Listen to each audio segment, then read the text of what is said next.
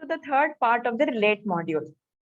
Last class, I hope all of you remember that how AI was being used in chatbots and assistants we learned.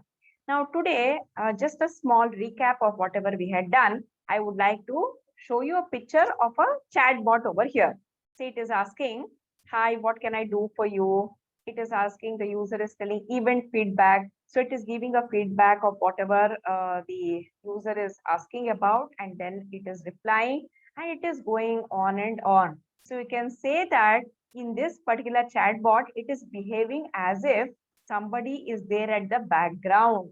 A human being is replying to all your messages. In WhatsApp, suppose I'm talking to my friend. Suppose I say I'm feeling very sad today. Immediately I get an emotional response from my friend. Oh, so sorry. What happened to you? Are you not feeling well? So in the same way, this chatbot has been trained in such a way to reply to human messages, and the human beings will feel as if a person is there. So the best chatbot making tool that we can refer to it is IBM Watson.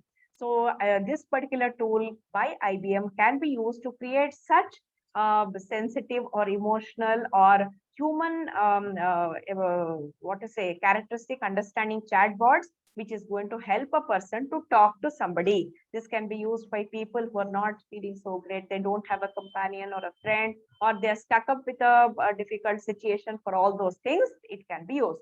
Plus, you know that chatbots are very effectively used in business applications like banks and even other sites like your shopping websites. Everywhere, chatbots are there. Okay, so now we can understand that AI algorithms can be used for CV also. CV stands for what? Computer vision. It is one of the most important domain of AI. So how it can be used for image-based search. Previously, our searching was only text-based when AI was not fully developed, or that kind of technology was not there.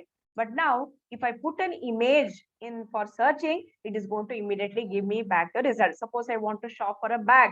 My friend has bought it. I'll just click the photo and put it in the image search, and it is going to do it for me. So behind this searching, image searching, we have the concept of CV, and CV is an important domain of AI, and it is going to use the image searching computer vision algorithms in machine learning to search for a particular image. It is used for scanning barcodes, especially in shopping complexes. We have seen QR codes, that is quick response codes, and then to find people based on face recognition. Is it not amazing, children, that we can do the face recognition using this AI and computer vision? It is going to capture the face of a person, check very quickly in billions and billions of photos that it has been trained, and immediately it's going to show it to us. So we can use it for good purpose also, or as well as for finding the people who are on run. Suppose a thief is there, or a person who has done some kind of mischief is there, we can find very, very quickly using the concept of CV in AI. Next, coming to the most interesting part, which is online shopping. Nowadays, because of the present day scenario, we are seeing that most of us are buying certain things online. So when we go for online, previous 10 years experience and now, there is a drastic change. You can ask your parents 10 years before how the sites were there, and now what is the difference. AI is mainly used in these platforms to enhance the user experience. Why do we always keep going back to Amazon or Flipkart? Because we get excited when we get to see the products that we want. Suppose today I was discussing with my family that I wanted to buy a mobile of, say, very good picture quality. Immediately, I'm going to get the recommendation tomorrow. It's like as if somebody is reading my mind, isn't it? So AI is used in these platforms in other areas other than enhancing the user experience. It is there for recommendation of products. It considers users' location to suggest specific services. Suppose I'm in Delhi or Bombay or Chennai, or maybe in small places, maybe in Bhubaneswar or Rourkela for that matter. In that way, which services are available in which city, what is the time I can contact those people, what are the phone numbers, emails, everything can be shown to the person based on their likes and dislikes. and wear and feel technique to satisfy the customers in a better way. The best example nowadays, I'm seeing that in Lenskart, we are seeing that depending on my face, I can try out the different glasses to see which spectacle is suiting me the best. And few other shopping websites are also allowing me to try the dress. Nowadays, we cannot go to the mall and go to the trial rooms to check whether that dress suits me or not, isn't it? So I can use this computer vision, this technique of AI, wherein it is going to help me into buying, and that is online buying, that is shopping, that is wear and feel technique. The best example is your Lenskart. You can all go to their website of Lenskart and see, check whether if you buy a particular spectacle, whether it is going to suit your face, whether the color is okay or not, whether the design of the spectacles is fine, everything can be monitored. So how they are doing all these things? We know that it is being done. We know that spectacles are being can be tried. We are knowing that recommendations are coming to us. We are knowing that which offer is there for us.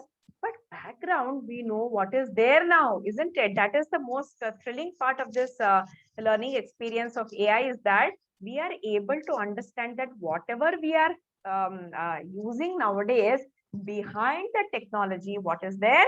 AI is there. And that is how it is making our lives much, much better as compared to the previous ones. Now, the next one and the most interesting one I know is games. AI is obviously used in game design because we need that real world experience in our games. Children are hooked to the video games. What is the reason?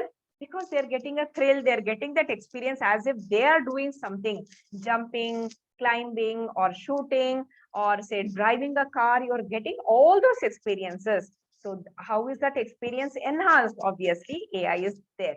So it is used in game design to provide dynamic, adaptive, and realistic look and feel. That's what I was saying. You feel as if you are moving in the game scenario. The AI algorithms analyze previously played games and learn to devise new strategies to win against the opponent. So here I can give you the example of that stone, paper, scissors, or tic-tac-toe. These are all very, very basic ones. But if I go for the next ones, I can see that we have certain algorithms of AI which is going to analyze previously learned played games, and it is going to beat the opponent.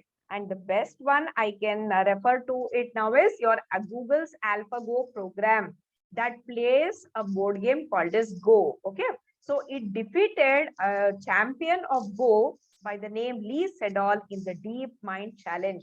So that is just amazing. It is not only used for game design, it is used for playing with humans also, and how it is going to learn from the previously played games, and it is going to enhance its own knowledge to defeat the human being.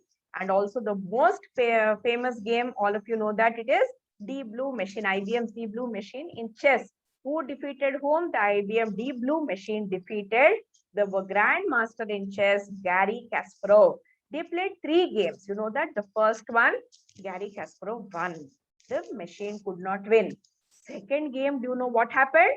There was a draw. That means it was coming at par with the grandmaster. And third game, grandmaster could not move an inch. He could not defeat the machine. So finally it won. So you can see that slowly it is becoming, it is getting trained in such a way that they are able to defeat the champions also. Even in what is it, debate games, in a game called as Jeopardy, you can Google all these things and see how machines are able to defeat human beings. And all those things are possible only because of AI and the learning algorithms, machine learning algorithms, which are there background. So Alpha Zero is capable of beating world champions of chess, Shigo, and Go also. So these machines are developed just to test whether they can defeat, whether they can learn, and whether they can improvise or not.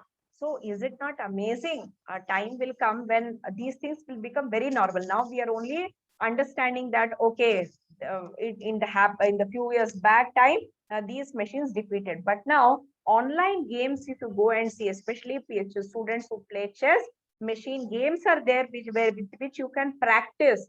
And there, if you see, most of the times they're winning. That is because they're able to learn and play with the human beings. So this is what I wanted to tell you about how AI we can relate to our day-to-day lives. And in this session, we learned how it is used in games, in chatbots and assistants, and in other areas. And in the next video session, I'm going to tell you more about it, education in our cities, traffic, everything. So many interesting concepts are there. So let's keep learning and enjoying.